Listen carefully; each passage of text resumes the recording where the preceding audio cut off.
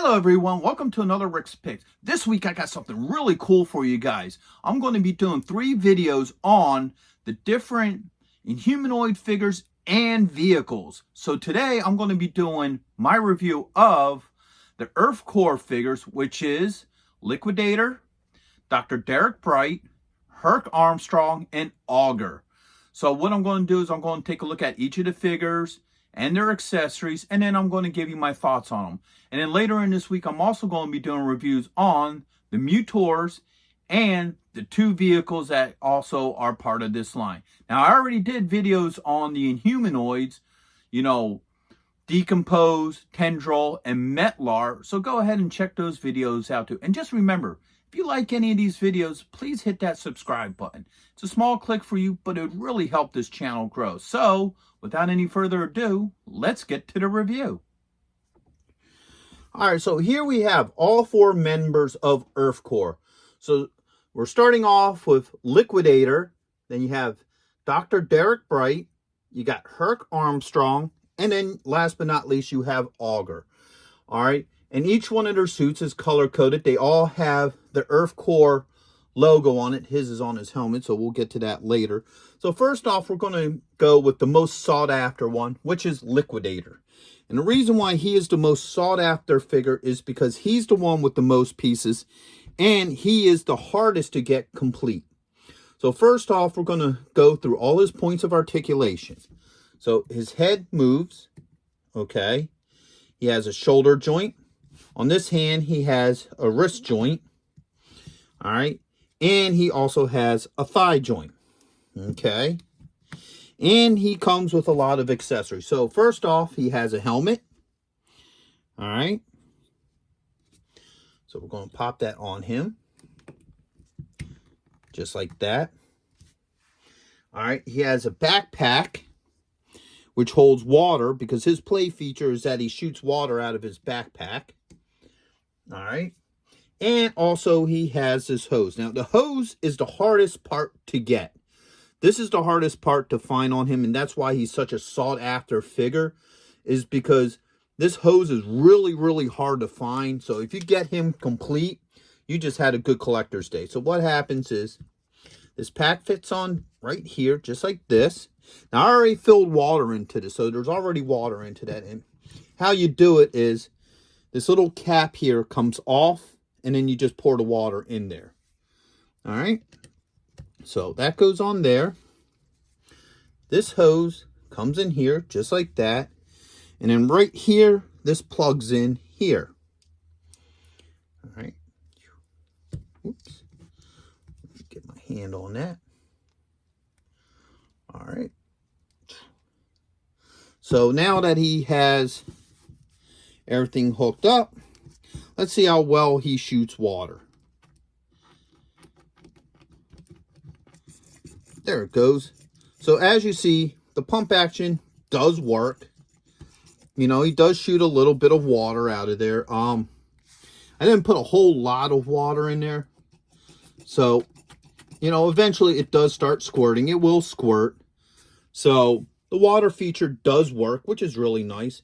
And now that I have him with all of his accessories on, we'll give him the rotation. So like I said, he has the Earth Core logo there, and they just put all this detail onto these figures. And that's what I love about them, is just the detail. Like all these little wires and cords and, just these little bits of detail. So let's give them the rotation. All right. There's the pack and what have you. All right. So he's a really neat figure. Like I said, he's hard to find complete. So if you get him complete, once again, that's just a good collector's day. So next on our list is Dr.Bright. All right. Now, one thing people always complained about these figures is how small the heads are. All right. Now, I always thought of it this way, is that the factor that, and this was just me being a kid, and even now as an adult to justify it, is that these figures were meant to be the same size as your 3 3/4 figures, such as your Star Wars Joes and so forth. But the reason why their suits are just so outlandishly big is because it's almost like a mech armor of some sort. So That's why their heads look small, but the uniform, like their, armor is bigger, is because it's almost like a mech or a power armor, which would make sense if you're fighting giant monsters. You would want something that makes you a little bit larger. So that was always my thought to why their heads were that small. I looked into a couple things. A lot of them said the heads were so small just because of the factor it's the best way for the helmets to work and look good with the figures, which also makes sense. And speaking of helmets, this is his helmet. Okay. Which is a neat looking helmet. It just pops right on. Just like Liquidator, his head moves back and forth. He also has a shoulder joint. He has a wrist joint here, and the claw moves. Same with the other side. This claw spins, and you also have movement there. And you also have a thigh joint. All right. He has his Earth Core logo right there on his shoulder. So let's give him the rotation. And it's just all these little nooks and crannies and detail. And, they definitely went, I think, a little bit out of their way to give these figures a lot more detail, which is really cool. I really like that about it. It makes it look like there was some effort actually put into these figures because, it's based off of a cartoon. They could have just made them smooth bodies and didn't need to put all this extra stuff on, but they did. So I find that really neat. All right, put him back there. Next is the leader of the team, Herc Armstrong. All right, so he's the leader. He is in this green. Once again, his head spins. All right, he has a shoulder joint. This does rotate. And then you got a thigh joint. All right. Now, his helmet is a green. All right. Get that a rotation. And just like the other figures, it just pops on. And one neat thing is these things sit on here on them pretty solid like. So once you clip one of these on, they don't fall off. With a lot of other figures, they have stuff like helmets and stuff, and they fall off very easily. The nice thing about these figures is that they don't fall off so easily. Now, his gimmick here is he has a grappling hook, similar to the one on the Trapor. So what it is it just spins out. Hold up. I don't want to go too crazy with it. There it goes. Okay, so now he has this grappling hook, and then you could just hook it onto something, which I don't have anything really right now to hook it onto, and then he can either hoist himself up or pull himself to somebody, and then you just have this little, crank here that, cranks it in. Now, as for sought after, he's the second one that's sought after completely because of the complexity of this grappling hook, because sometimes you can find them and it might be missing, your actual hook here, or the winch doesn't work inside of it. So once again, similar to Liquidator, if you can find him complete, you're having a good day because he's a little bit harder than both Bright and Auger. So let's give him the rotation. All right. He doesn't have as much detail as the other two does, but it still fits his style, and he still has some really neat stuff like these spring-loaded pieces here in his knees and what have you. And he's overall a cool-looking figure. And last but not least, the hothead of the group, Auger. Now, he's a pretty neat figure. And another cool thing about these figures is the way how these figures are balanced. They stand very well without a stand. You don't need a stand or nothing. They stand pretty good. They don't, they're not really wobbly. They stand really well. They're pretty solid figures.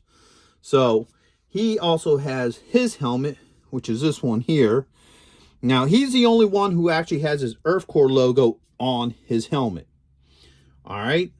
So just like the other guys, his head does move. All right. His helmet pops on just like that. All right. His shoulder moves. This spins, his drill. And also the fins spin as well. And he has a thigh joint. Now, this figure is kind of neat because he has all these, as we give him the rotation, all these little nooks and crannies and all these little weird squiggly stuff that's really kind of cool. He also has the most detail on his helmet as well, because he has 3 or 4 different colors. So he has his like copper look, the purple, the red, and even on the black back he has this blue. So he's pretty cool looking figure. Matter of fact, they all are. They all have their own individual looks. Now, just like everything else in this line, they also have the light piping, gimmick as well. So, oops, I'm going to hook this. So, you can shine it here. You can see the gimmick working with him, with Mr. Bright,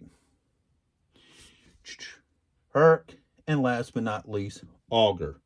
So, it's kind of a neat thing. I always enjoyed it. I think it's just a neat touch to these figures, especially with the Inhumanoids themselves, because it really gives them like a sense of pop. So, overall, I really like these figures. I think they look neat.